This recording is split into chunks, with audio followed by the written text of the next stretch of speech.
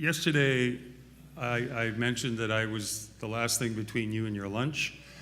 Today, I now realize I'm the last thing between you and maybe a plane or a train or a bus or a taxi or just to get the hell out of here. I mean, we've had a great time, but I know people are looking forward to the next part of their life after this. But I've been given an opportunity, and it's a delightful one, really, and a responsibility to kind of think about some of the things you've said. So first of all, I want to just thank all the groups for hanging in for the whole conference. I'm really impressed by the attendance that's still here this time of day after 2.5 days. So well done and thank you. And the ideas are very rich. And as Maureen said, they'll be consolidated and we'll report back and invite feedback as they get refined. I wanted to start off just by addressing the very first top question about key players, because it ran through all of your remarks, not just today, but all the other speakers. And I just want to start with something that Steve Esty really impressed upon us yesterday, which was the role of the international context. It's often we can look down into our own bulrushes and our own sort of field or backyard into what we need to think about. But as Steve pointed out in, I thought, a very neat little case study of kind of a new dynamic and a new set of processes and structures and players on the international stage that have real implications for Canada and for all the players within the Canadian context. It also makes me think of the need to continue to look at comparative international experiences and what other countries are doing. Because a lot of these debates about whether we have quotas or wage subsidies or ramp up employment equity initiatives or how management and union collective committees work or employer forums across different countries, there's a lot of rich experience in a number of other, particularly European countries. But the Australians are doing interesting things. New Zealand, some countries much smaller than us and not as rich as us are doing some innovations, partly because they have to. Necessity being the mother of invention and the mother of innovation. And then we have our own players within the country, certainly the governments, and they will continue. And someone made a reference to the dark decade that we just came through earlier today. But I think we've had what I call sometimes the deficit generation. From about the 1980s onwards, Canadians were told we were broke, governments were too big, we were overtaxed, and we needed to cut back programs. And in fact, there was almost a moral narrative there that we'd been bad people. We hadn't been really good citizens because we had expected too much of our public domain, of our community, our common political systems. And so the students I teach grew up in what I call the deficit generation. Deficit financially, deficit socially, deficit in terms of their abilities were portrayed as limitations and defects. And is it any wonder voter turnout has plummeted in the last generation and the alienation, the disconnect? Well, we were told 2 years ago that sunny ways were coming back. And we had a minister here today who said things that I've not heard a federal minister say in a long, long time. And so there's an opportunity to look at a renewed role and leadership by governments. And in this country, that has to involve the government of Canada. But of course, territorial governments, provincial governments, municipal, Indigenous governments. And let's not forget the reconciliation journey that we're on. And Neil Belanger spoke very eloquently earlier today about some of that from his perspective in BC. And that will open up a whole new world of constitutional, organizational, political, policy challenges and opportunities. Where we're going on that, we don't know. It's a beautiful, that's part of the magic of this country. I can't think of another country in the world that's committing itself and embarking on such a fundamental transformation of its own sense of who we are or what we should be and could be. Then there's the wider public sector, school system, which got mentioned, post-secondary, health authorities, recreation, leisure, public libraries. These are all part of the infrastructure we need to use in a way we share best practices and so forth.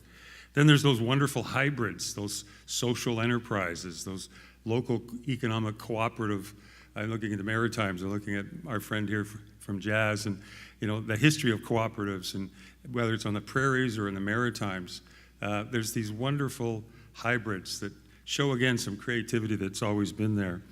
And then the social movements, whether it's the women's movement, the injured workers movement of the last few generations, and of course the disability rights movement and many others that will be key players in all this.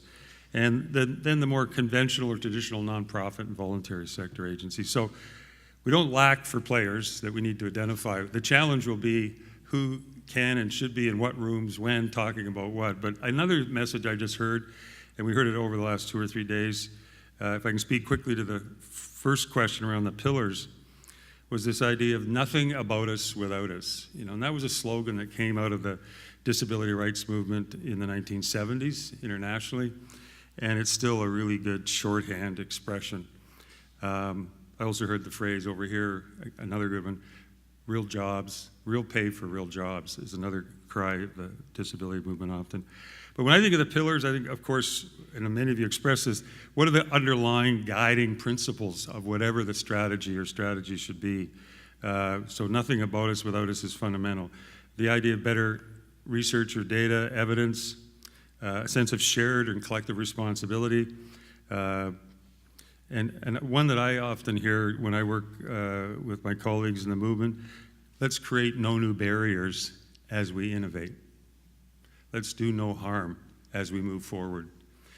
That's easy to say, but we need to really pay attention to that in the details as we move forward, particularly over a long term. And the beauty of a multi-year or 3, 5, 10, 15-year strategy is if you've got goals and you've got timelines and a schedule that's been collectively talked about, people then will buy into a vision where they may not see immediate gains for their particular corner in the short term, but they see it as a shared commitment in the medium term.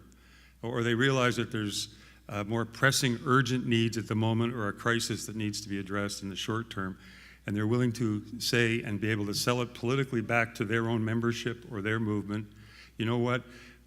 Our turn is in there. We are in this. We help formulate this. Be patient. Be an ally. Let's work together. We've been really good at having governments in the past divide us and fragment us and pit groups against each other, whether it's through funding strategies, directly or inadvertently.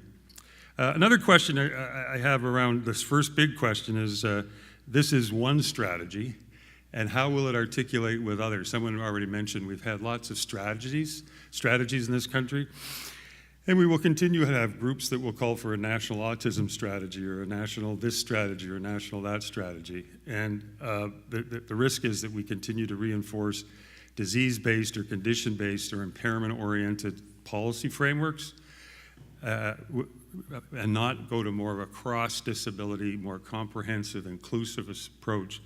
Having said that, there still will be things like the new national housing strategy that the Prime Minister just announced, a 10-year, upwards of $40 billion, very ambitious commitment. How will a new national strategy on employment for Canadians with disabilities that we'd like to move forward on, how will that articulate with other pre-existing strategies so that they work together in harmony? I'm reminded of the In Unison document that was a federal provincial territory, seeing a few smiles, a little nostalgic moment here, from the late 90s. The last time we sort of talked about a national strategy, and In Unison, I don't think they used the word pillars, Marie, maybe it was blocks, building blocks, I think. There was 3. It was income, supports, and employment under the umbrella of full citizenship. That came out of, I think, the Andy Scott Task Force report of 1996, which came out of some earlier discussions.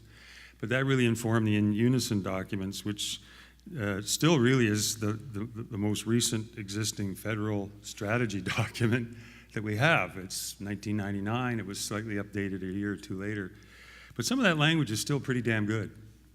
Now, the only thing that's sort of superseded it now is the UN Convention, which is a more fulsome, ambitious document. So I would just remind us that when we don't need to reinvent some of the pillars. They're there, they're honorable, still meaningful commitments. Dust it off if you can find it on the web. It's a hard document to locate readily, but in Unison. The second question, interfaces of programs and disincentives.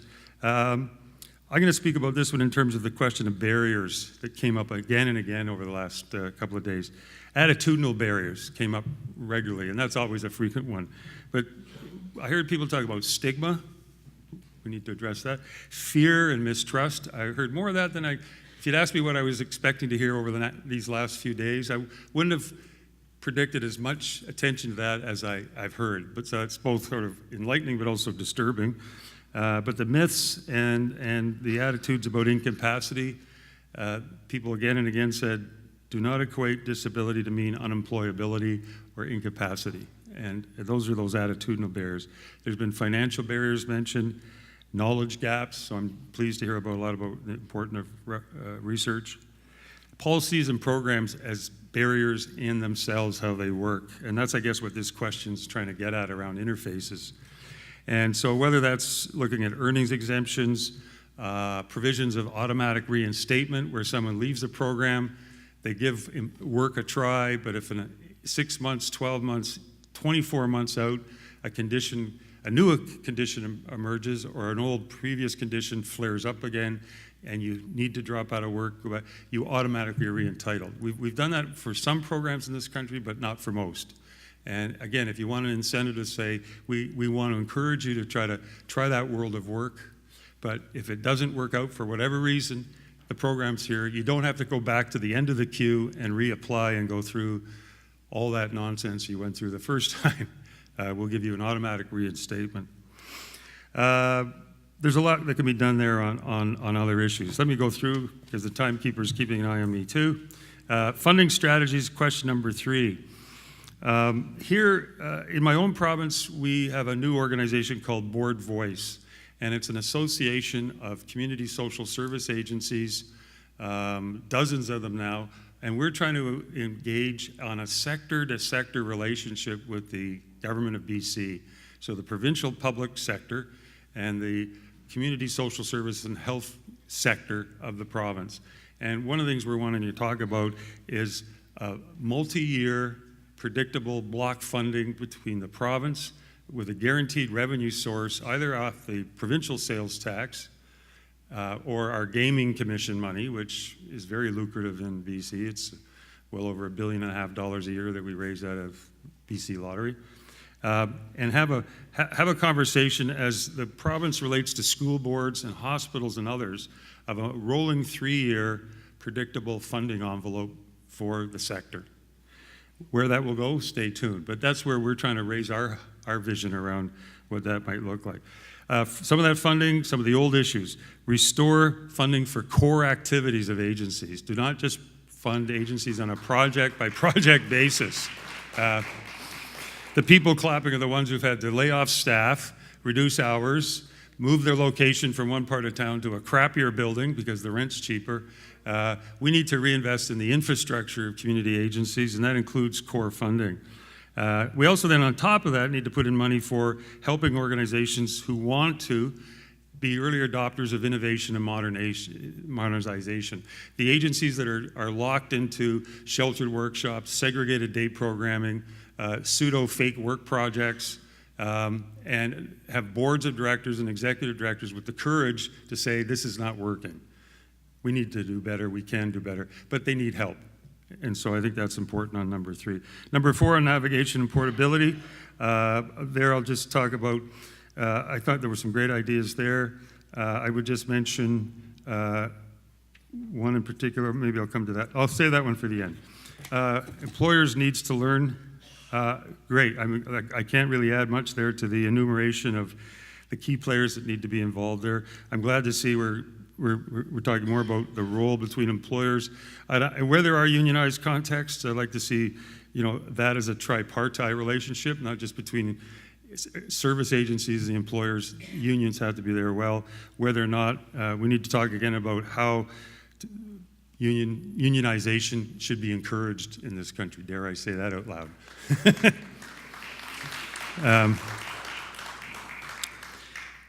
Best practices, great. I think we had 4 tables. As Maureen said, she loved that. She obviously was recruiting additional tables, I think, as she went around the room.